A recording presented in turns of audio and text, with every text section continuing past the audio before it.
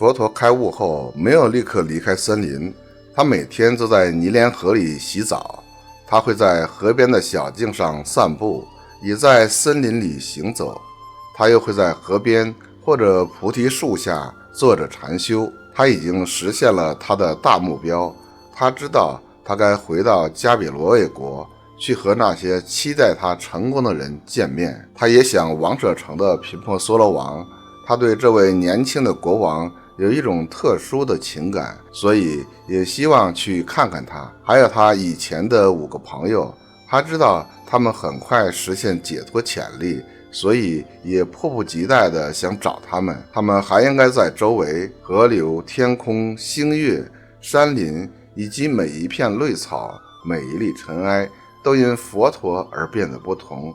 他知道多年来寻道之旅并不白费，实际上那些困难和考验对他最终的觉悟有所帮助。每个生物都天生拥有觉悟的种子，每个人都蕴藏着宇宙智慧和力量，这是佛陀的重要发现，也是每个生灵都应该庆幸的事。村里的孩童们常常去看望他，佛陀很高兴看到解脱之道可以如此简单和自然地传达，即使那些没有上过学的贫穷孩子也能够理解他的教导，这对他是一个巨大的鼓舞。有一天，孩子们带来一筐橘子，他们想实践佛陀教给他们的第一课，专注吃橘子。善生有礼貌地向佛陀鞠躬，然后把篮子放在他面前。佛陀合掌致意，然后拿起一个橘子，接着善生将篮子传给坐在佛陀旁边的富西底，他也同样合掌感恩，拿了一个橙子。善生继续传篮子给每个孩子，直到每个人都有一个橙子，然后他才坐下，如同其他人一样合掌拿着一个橙子。他们全部默默地坐着，佛陀建议他们微笑，随着自己的呼吸，他用左手拿着一个橙子，深情地看着他。小孩子们效仿着他，他缓慢地剥开橘子皮，孩子们也剥去他们自己的橘子皮。老师和学生一同专注地享受着他们的橙子，默默地觉察。大家吃完后，巴纳收集了所有橙子皮，他们与佛陀一起如此专注地吃橙子，让他们感到无比愉悦。通常村里的孩子们在下午来探望佛陀，他教他们如何坐下，跟着呼吸，以平复心内的愤怒和悲伤。他还教他们行禅，以帮助他们保持身心清新。他鼓励他们深入观察他人和他们的行为，以便好好的理解和爱他们。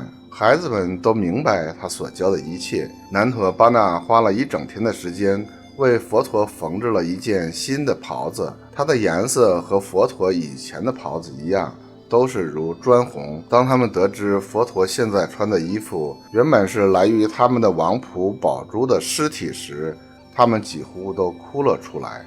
当2个女孩子把新衣服送来时，佛陀正在菩提树下坐着，他们静静地等待佛陀结束冥想，然后递上新衣。佛陀很高兴地说，这件衣服我很需要，然后告诉他们他会留下旧衣服，以备他需要替换的时候。善生和巴纳决定再做一件给他。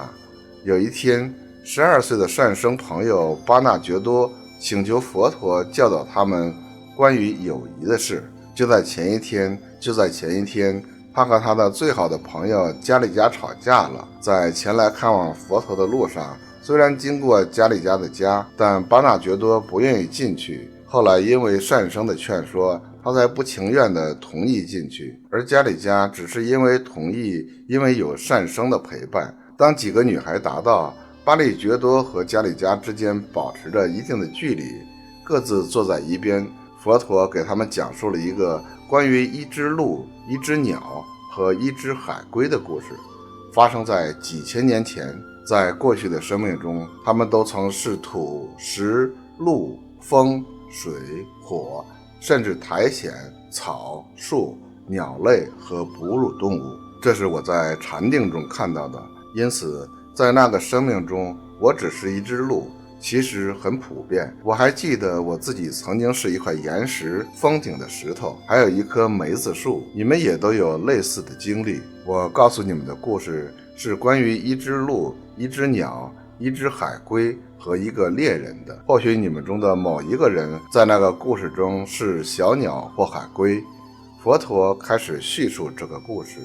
那时他是一只鹿，常常去湖边饮用湖水，而湖中有只海龟。湖旁的杨柳树上有只喜鹊。鹿、海龟和喜鹊成了好朋友。有一天，一位猎人跟着鹿的踪迹来到湖边，在那里设了陷阱，然后回到森林外的房子。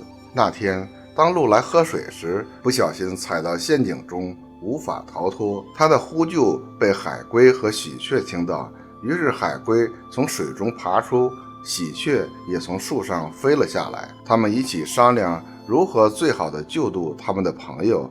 喜鹊说：海龟姐姐，你的嘴巴坚硬，可以咬断绳子，我会尽力拖延那个猎人，阻止他的到来。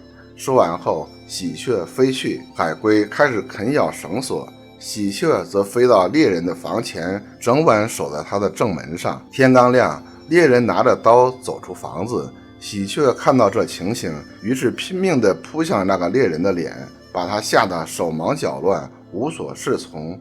于是匆匆回到屋里，他躺在床上休息了一会儿，起床后再次拿起刀，但这次从后门出去。但聪明的喜鹊已经有所准备，等得在房后的桑棵树上。喜鹊再次扑向猎人，2次袭击之后，猎人回到房子里好好的思考一下，觉得今天运气不佳，只能等到第二天再出发。第二天清早，猎人带着刀准备再次外出，但这次他戴上一个帽子遮住了头部，以防止再次被袭击。喜鹊意识到他已无法再阻止猎人了，于是迅速飞回，提醒他们猎人已经上路了。海龟已经咬断了几乎全部的绳索，最后剩下一节坚硬如钢铁。他的嘴巴已经因为2天1夜不停咬嚼而受伤流血，他依然不停。就在这时，猎人出现了。鹿极度惊慌中用力踢断了最后的绳索，然后逃向了森林。喜鹊也飞回杨柳树上，只有海龟因为耗尽力气而无法行动。看到鹿逃跑，猎人非常生气，他把海龟抓起来，扔在挂在杨柳树上的袋子里，然后去寻找鹿。鹿在树林中目睹了海龟的遭遇，他想，我的朋友冒着生命危险为我挺身而出，现在是我报答他的时候了。他故意走出来，让猎人看到，然后假装跛行着，显得疲倦。猎人想，这只鹿已经没有多少力气了，我跟着它，找个时机杀掉它吧。他跟着鹿走进森林深处，而鹿故意保持一段距离，直到他们走到了远离湖边的地方，鹿突然加速奔跑，消失得无影无踪。他用泥巴盖住了自己的脚印，然后迅速回到湖边。他用鹿角挑下了挂在树上的袋子，然后摇松了袋子，放出了海龟。喜鹊也飞回来与他们会合。鹿说，你们2位救了我的命，不让猎人杀死我，但我怕他会回来，所以你们先找个安全的地方躲起来。喜鹊，你去森林里；海龟姐姐，你快回到水里躲起来，我会去森林里。当猎人回到湖边，看到空的袋子躺在地上，他感到非常沮丧，他只好拾起袋子，疲惫地回到家。孩子们在聆听佛陀讲述这个故事时入了迷。当佛陀谈到海龟咬绳子而嘴巴满是鲜血时，卢培克和单伯希都差点哭了出来。佛陀问他们，孩子们，你们觉得这个故事中哪个角色最像你们？4个孩子都举手，其中包括单生。佛陀又问，那么谁来扮演喜鹊呢？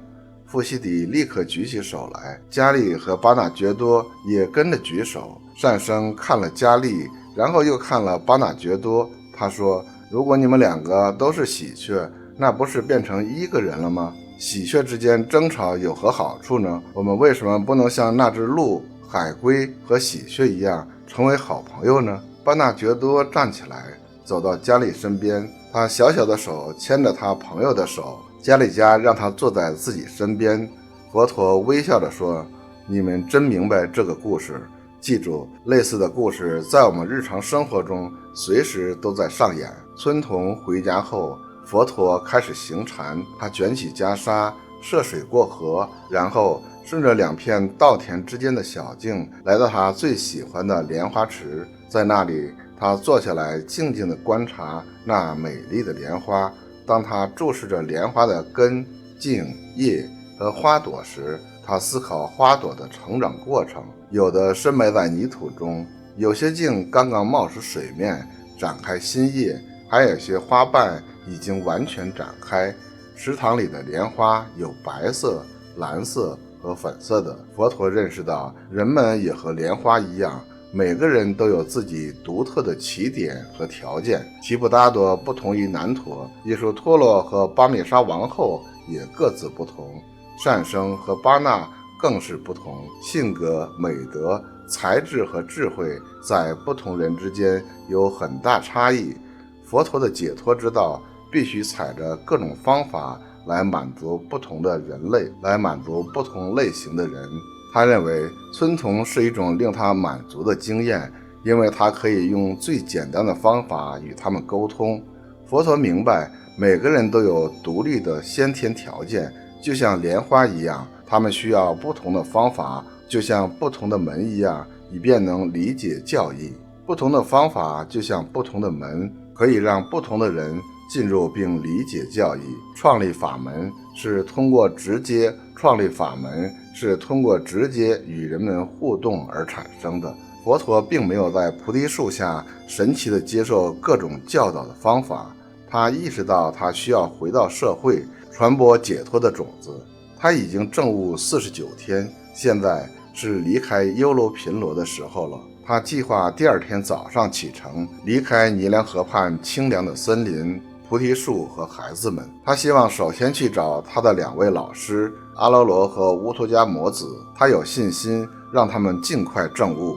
在协助2位尊者后，他打算前往寻找与他一起修行的5位朋友，然后再去摩羯陀探望频婆娑罗王。第2天早上，佛陀穿上他的新衣，在清晨的淡雾中步行入优楼频罗。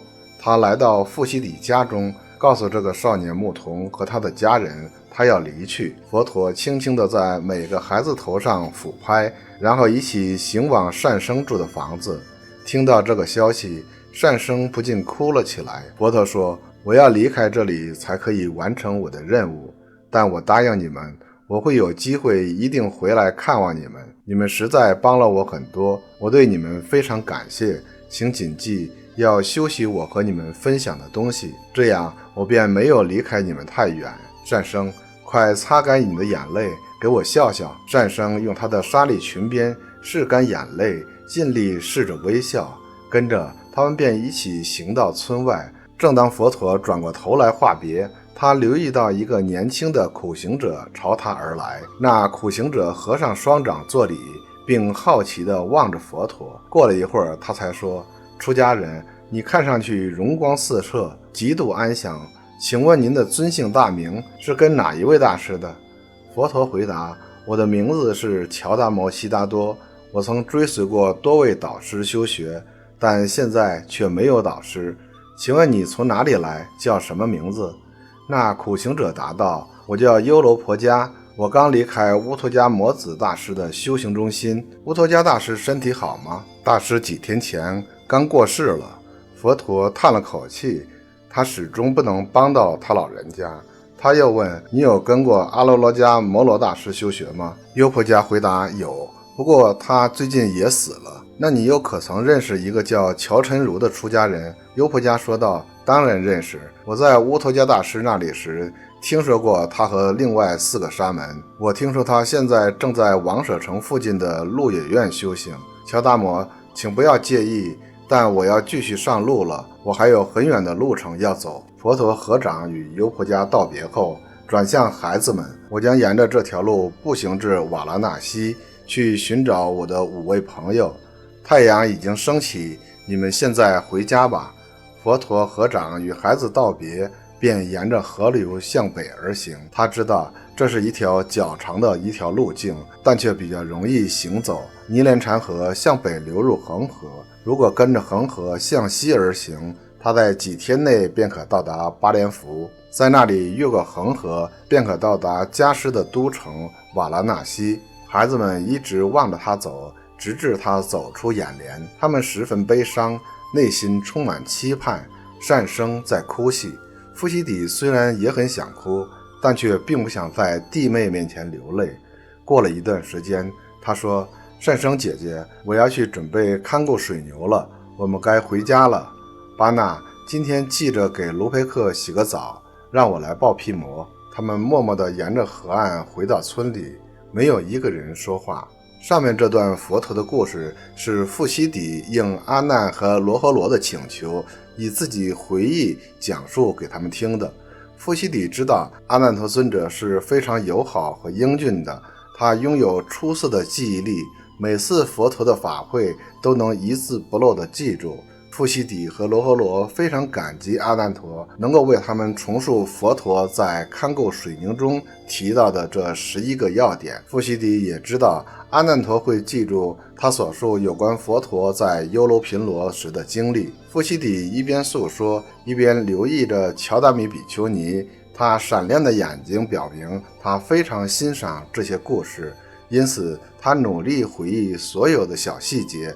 乔达米比丘尼特别喜欢听关于优楼频罗村孩子们的情节，如他们与佛陀在森林中一起享用橘子的故事。罗诃罗显然也很高兴倾听，尽管马胜是唯一2天中没有发言的人，但他也显然享受着这些故事。富西底知道马胜是佛陀5位苦行的朋友之一，他很想了解佛陀独自修行6个月后与他们见面的情况。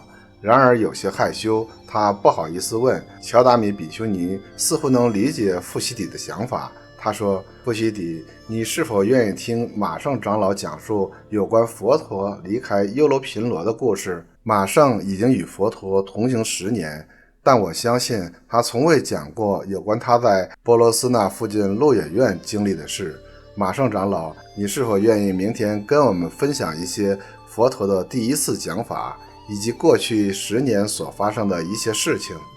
马胜合掌道：乔达米比丘尼，无需称呼我为长老，今天我们已经听了富西底比丘的讲述，现在很快就要进行禅坐了，为什么不明天一同前来我的茅房？